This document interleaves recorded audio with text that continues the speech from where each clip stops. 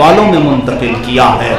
آدم علیہ السلام سے لے کر میرے آقا صلی اللہ تعالیٰ علیہ وسلم تک جتنے بھی آپ کے نسب میں آبا و اجداد آئے ہیں، سب کے سب حضور کے صلی اللہ علیہ وسلم کے آبا و اجداد ایمان والے تھے، پاکیزہ تھے، طہارت والے تھے، اور ہر کوئی اپنے زمانے کا معزز اور افضل تھا،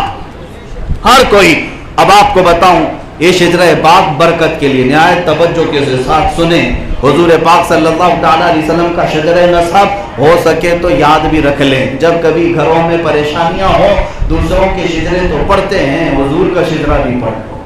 حضور کے والدین پاک سے لے کر آپ کے پورے آبا و اجداد، نہایت ہی مقدس، متبرک، افضل لوگوں کو اللہ تعالیٰ نے دنیا میں چنا، اور کسی ایسے ویسے کے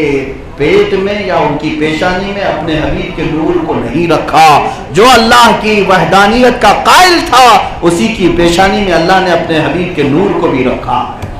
اور اس شجرہ پاک کی برکت سے میرا وجدان کہتا ہے اللہ دعائیں بھی قبول فرماتا ہے۔ جب ہمارے بزرگوں کے شجرے پڑھتے ہیں، ہمارا عقیدہ یہ ہے اللہ ان کے وسیلے سے بلاؤں کو ٹالتا ہے، تو محمد عربی صلی اللہ تعالیٰ علیہ وسلم کے شجرہ پاک سے کیوں نہ اللہ تعالیٰ ہماری بلاؤں کو دور فرمائے گا۔ نور مصطفیٰ صلی اللہ تعالیٰ علیہ وسلم کا جو سفر ہے وہ کتنا سہانا سفر ہے۔ میرے آقا صلی اللہ تعالیٰ علیہ وسلم کا نور پاک اللہ تعالیٰ نے جبین آدم میں رکھا تھا۔ آدم علیہ السلام کی پیشانی مبارکہ سے میرے مصطفیٰ کریم صلی اللہ علیہ وسلم کا نور پاک جب حضرت حوا کے بطن میں آیا، پھر حضرت حوا سے وہ حضرت شیس علیہ السلام کی پیشانی میں آیا۔ آدم علیہ السلام کے ایک بیٹے شیس علیہ السلام ہیں جو نبی بھی ہیں، اور ان کی پیشانی میں نور جگمگانے لگا۔ آدم علیہ السلام کے جتنے بھی بیٹے تھے ہر دن جڑواں بچے پیدا ہوتے۔ شیس علیہ السلام جس دن پیدا ہوئے وہ تنہا پیدا ہوئے تھے اور پیشانی جگمگا رہی تھی۔ جب وہ جوان ہوئے،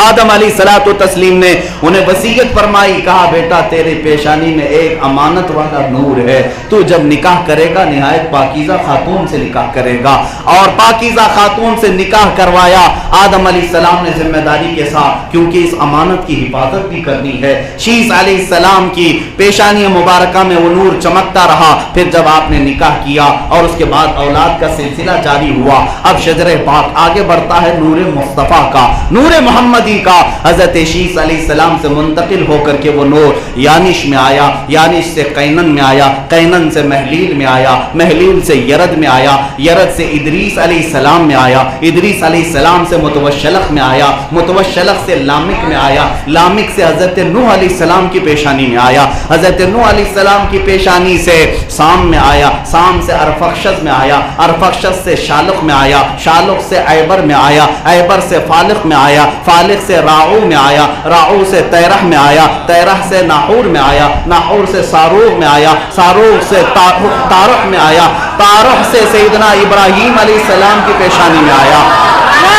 ابراہیم علیہ السلام کی پیشانی سے وہ نور مصطفیٰ منتقل ہوتے ہوئے سیدنا اسماعیل علیہ السلام کی پیشانی میں آیا۔ بیٹے تھے اسماعیل علیہ السلام، اسماعیل علیہ السلام کی پیشانی سے منتقل ہوتے ہوئے ان کے بیٹے نابت میں آیا، نابت سے یشجب میں آیا، یشجب سے یعرب میں آیا، یعرب سے تیرح میں آیا، تیرح سے مقوم میں آیا، مقوم سے عدد میں آیا، عدد سے عدنان کی پیشانی میں آیا، عدنان کی پیشانی سے معد کی پیشانی میں آیا، معد سے نزار میں آیا، نزار سے مدر میں آیا، مدر سے الیاس میں آیا، الیاس سے مدرکہ میں آیا، مدرکہ سے خزیمہ میں آیا، خزیمہ سے کنانہ میں آیا، کنانہ سے نظر میں آیا، نظر سے مالک میں آیا، مالک سے فہر میں آیا، فہر سے غالب میں آیا، غالب سے لؤی میں آیا، لؤی سے کعب میں آیا، کعب سے مرہ میں آیا، مرہ سے کلاب میں آیا، کلاب سے قصی میں آیا، قصی سے عبد مناف میں آیا، عبد مناف سے وہ نور محمدی سیدنا ہاشم میں آیا،